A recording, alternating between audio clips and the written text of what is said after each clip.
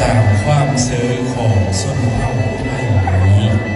มีฮิตข้องประเพณีหลงหลายในนั้นมีทางพุทธศาสนาและผีเคียงคู่กันเมื่อเราถึงความเสยเรื่องผีแล้วแต่ละเฮิ่น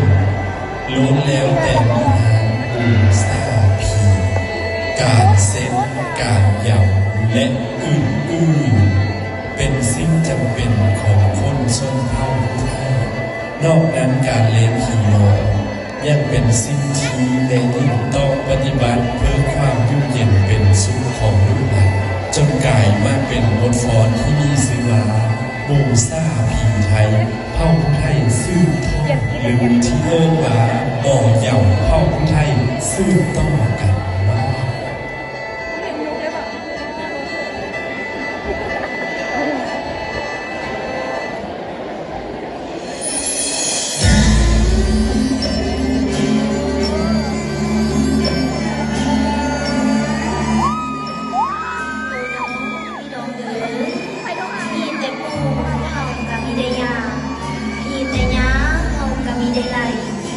ผู้ไทยยังเออหมอ